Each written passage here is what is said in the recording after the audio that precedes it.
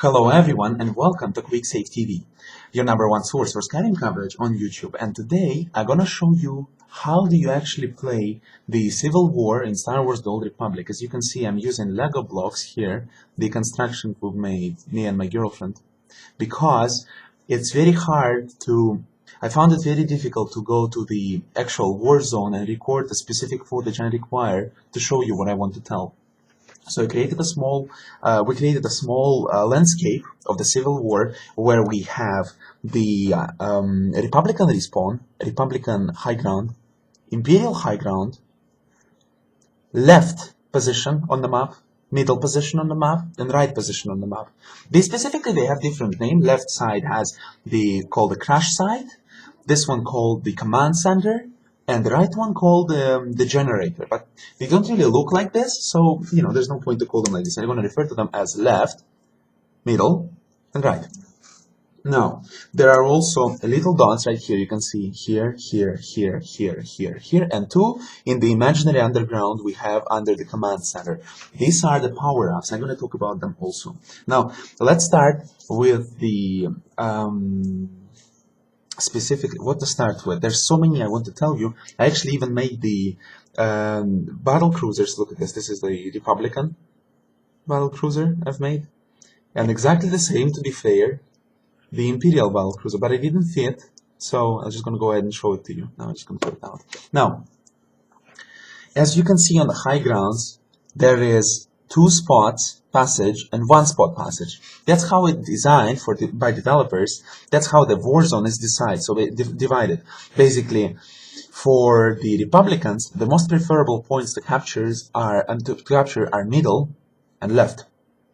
For Imperials, the most preferable points to capture are middle and right, because from the beginning of the game they have the straight passage like this towards the point, and straight passage over here. Also, moreover, for any side that controls middle, it has 2 passages right here and right here, 1 and 2 passages, which lead directly to the left position and to the right position. Now, usually the classic beginning for the game is that Republicans send majority of their troops, majority of their soldiers, go ahead to the middle and try to fight for it. That's the classical style. I think it's a classical because I see it the most, and I assume it's classical because I also like it very much. And we also send a bunch of commandos to the left side. Oh no, it's actually not the left. It's my left, but the camera is upside down, so to the left side, which are going to capture this point. The Imperials do the same thing,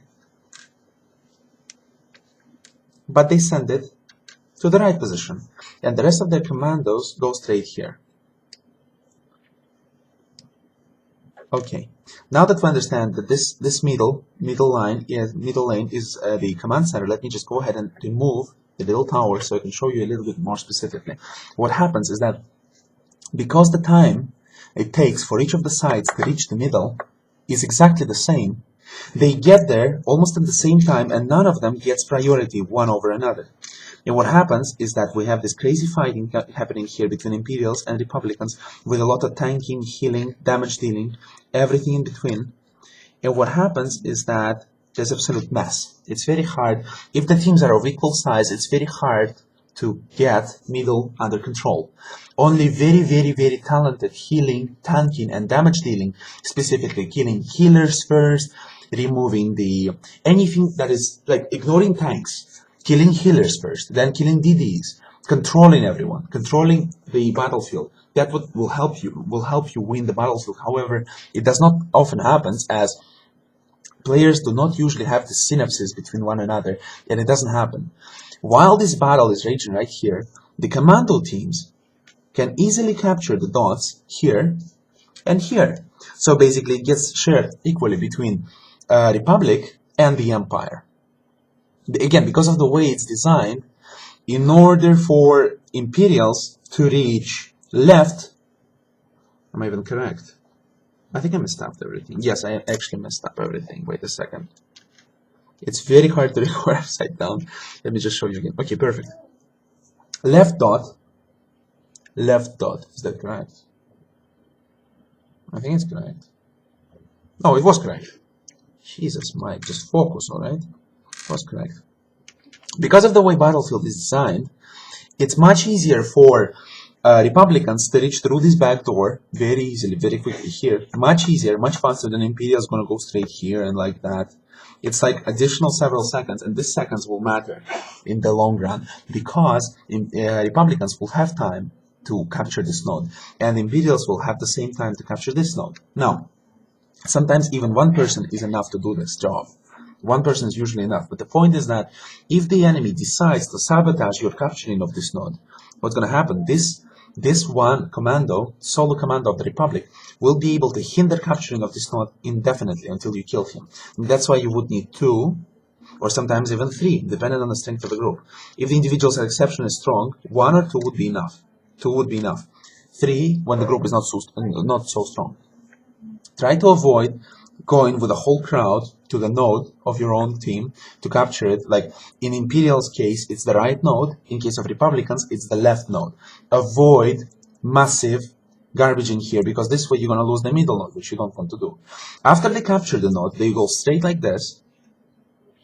The fastest way to attack the enemy, with one exception. At least one person have to stay on guard. The same for Imperials. At least one person has to stay on guard. Because the battle here was raging all this time, at least 20 seconds more, you understand, right? It's about 30 seconds the battle is raging, someone will die. And as the players will die, they will have to respawn.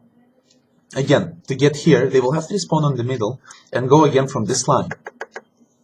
But now the problem is, for the Republicans, is that Imperials just coming back through this line, which is straight to the spawn of Republicans. And what they can do, they can effectively cut off any reinforcements and just obliterate them. The same with Republicans.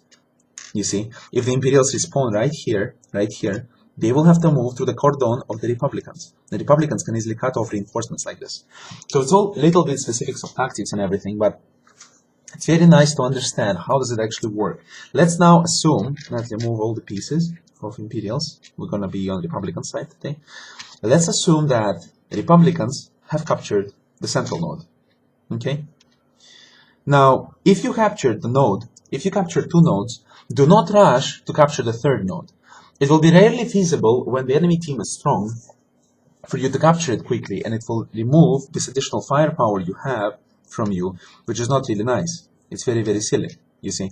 So if you forget about it and you start trying to capture all 3 nodes, you might lose all 3 of them, and it's very hard to retake the node. Don't forget, it's much easier to retake the node than it's much easier to capture additional node, but at the same time lose all of them, than it's actually to hold 2 of them and win the game.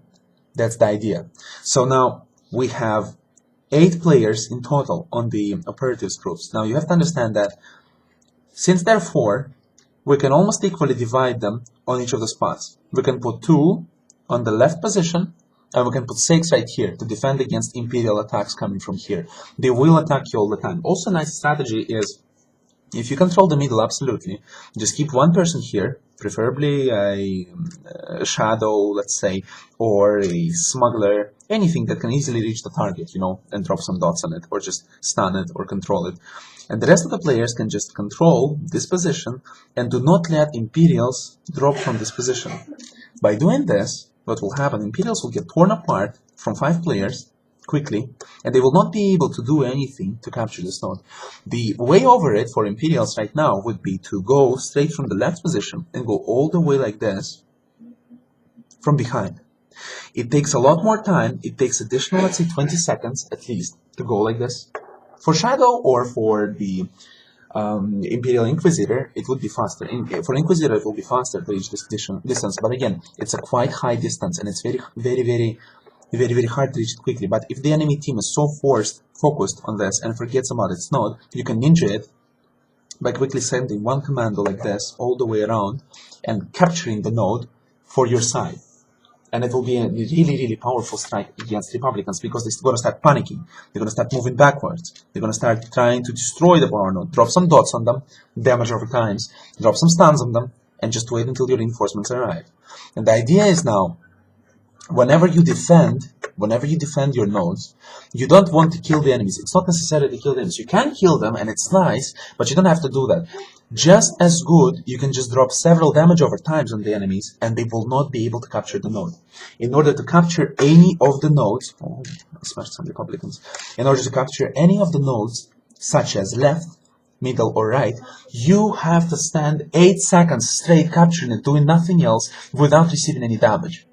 No matter what source of damage it is, it's damage. Okay, so even if you have 1 damage over time on you, until it evaporates from you, until it stops damaging you, you will not be able to capture any nodes. So, for example, when you have 4 enemies capturing the node, trying to capture the node, and you're all alone there, go ahead. If you're a smuggler, drop a shrapnel grenade, drop some dots. If you are a whatever class you are, just go ahead and drop some dots on the enemy. Don't let them stay until you come back, until your reinforcements come back. If you see the enemies coming like this from this line, for example, and you're standing on the high ground right here, and you see them coming, report right now. Stop doing anything else and just report. Write in the chat something like 4 enemies, 4 incoming right. 4 incoming right. And by doing this, you will let your friends, you will let your allies understand that you're in trouble. And now, if the node is yours, whenever the node is yours, except for the middle, whenever the node is yours, you unlock additional bikes on the station. So, for example, in the case of Republicans, we will have a node, not a node, a motorbike, a hover bike, which sends you straight to the middle, straight to the platform. Let me show me with my pen. Straight to the platform, straight to the left side, and straight to the right side. Now, if you have these bikes and you hear that someone is under attack, that you hear that 4 is incoming on right position, and you have the map, you open the map and you see that there's only 1 defender, drop everything you're doing right now and just run there.